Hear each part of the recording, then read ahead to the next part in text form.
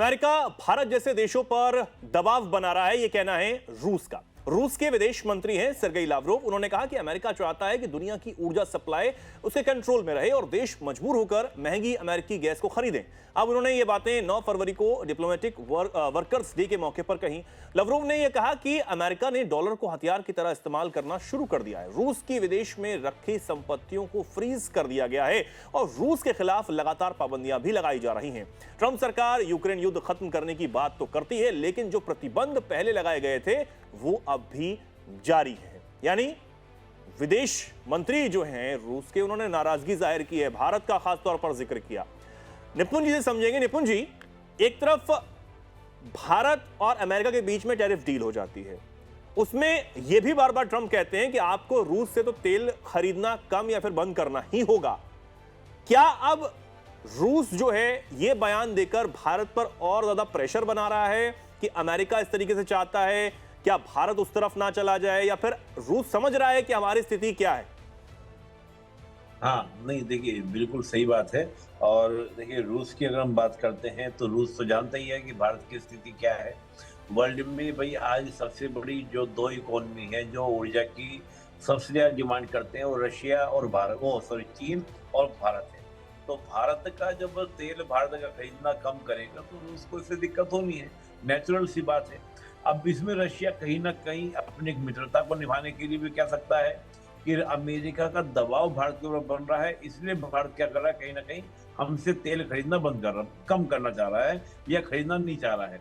ये बात भी फैक्ट है कि अमेरिका तो बहुत पहले से, डोनाल्ड ट्रंप का आपको पिछले 10 ईयर याद होगा, तब भी अमेरिका ने इस बात को कहा था कि हम ऑयल इंडस्ट्री के एकदम बेताज बादशाह बन जाएंगे और दुनिया का जो पूरी एनर्जी की रिसोर्सेज हैं उस पर हमारा कंट्रोल होगा, चाहे वो तेल हो, गैस हो या रेयर अर्थ मिनरल्स भी हो, उन पर भी हमारा कंट्रोल होगा। ये बात अमेरिका जान चुका है कि एनर्जी ही भविष्य में क्या है, सरवाइव करने के लिए या सुपर पावर या हेजेमोनी बने रखने के लिए जरूरी है। तो अमेरिका का देखिए वेनेजुएला के इंसिडेंट में देखिए, वेनेजुएला के प्रेसिडेंट को उनकी वाइफ के साथ उठाने के बाद अमेरिका ये कहता है कि वेनेजुएला की जितनी भी ऑयल इंडस्ट्री है उसको अमेरिका ऑयल इंडस्ट्री क्या करेगी, गवर्न करेगी, उसको चलाएगी। तो ये दिखता है दुनिया के जहां जहां रिसोर्सेज हैं वहां वहां कहीं ना कहीं अमेरिका अपने दबाव को, अपने प्रभाव को बताने का प्रयास कर रहा है।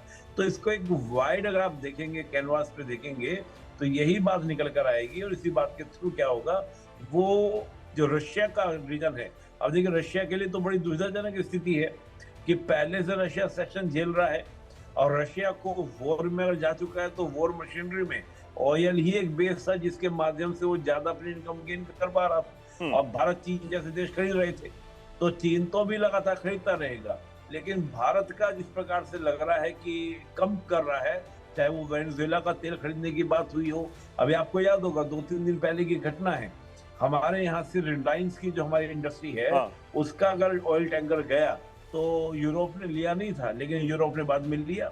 तो इसका मतलब क्या है कि भारत की जो रिफाइनरी इंडस्ट्री है वो भी डेवलप कर गई है, उसको भी क्या करना है, आपको संचालित करना है, रशिया से खरीदना नहीं है।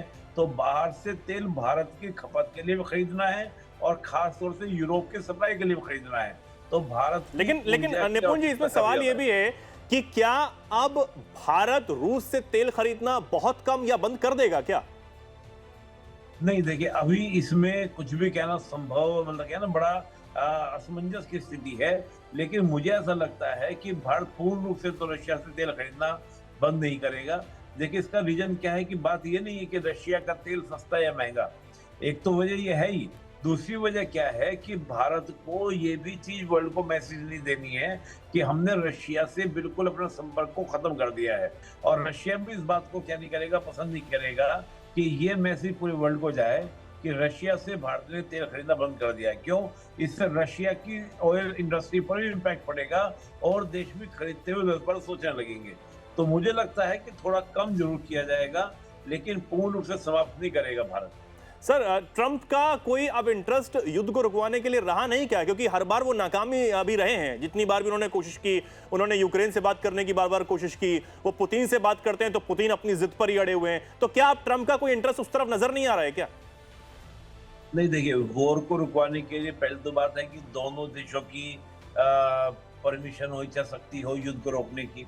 अब यहाँ पर क्या है कि यूक्रेन, देखिए रशिया यूक्रेन वॉर को केवल रशिया यूक्रेन वॉर तक सीमित रखना थोड़ा गलतफहमी है। एक्चुअली मैं मानता हूँ कि रशिया यूक्रेन वॉर रशिया और यूरोप के बीच में, ना कि यूक्रेन के बीच में। यहाँ पर क्या लगता है यूरोप को, कि यूरोप को लगता है कि अगर यूक्रेन ने घुटने टेक दिए, या अगर मतलब स्थिति ये है कि अगर उन्होंने एक्सेप्ट कर लिया, मान लीजिए अगर यूक्रेन के ऊपर कब्जा कर लिया, तो इसका ये कारण होगा कि कल को रशिया यूरोप की ओर भी बढ़ सकता है, पहली बात। और दूसरी बात, अगर यूक्रेन की बात को हमने बगैर माने रोका, तो हमारी जो एक यूनिटी है वो कहीं ना कहीं वर्ल्ड के सामने आ जाएगी। तो यूक्रेन के मामले में यूरोप ये चाहता है कि यूक्रेन की शर्तों पर वो रुके, और इस बात को लेकर अमेरिका तैयार नहीं हो पा रहा है, क्योंकि अमेरिका रशिया को तैयार नहीं कर पा रहा है। तो मामला यहाँ पर केवल अमेरिका, यूक्रेन और रशिया का नहीं है, मामला यहाँ पर रशिया और यूरोप का है। That is the problem.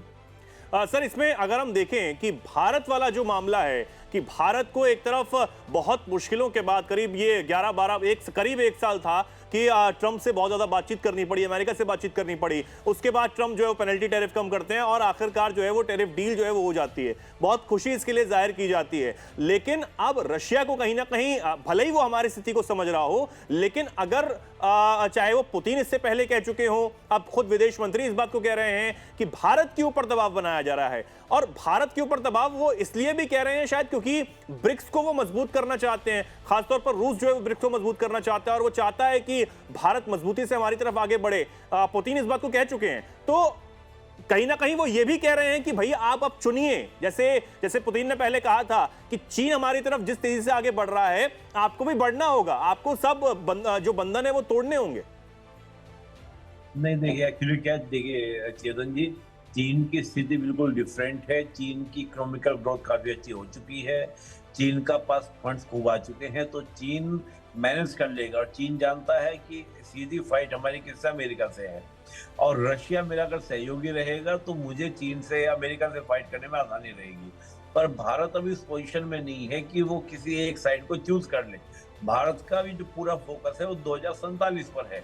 तो भारत अभी इसी प्रकार से बैलेंसिंग मोड में रहकर ही अपनी गति को आगे बढ़ाएगा। भारत अभी किसी एक जगह पक्ष लेने को तैयार बिल्कुल भी नहीं होगा। देखिए एक सिंपल सी बात जानिए, अगर जेब में पैसा ही नहीं होगा तो आप किस दम पर किसी की पोलिंग करने का वो मतलब ही नहीं बनता है।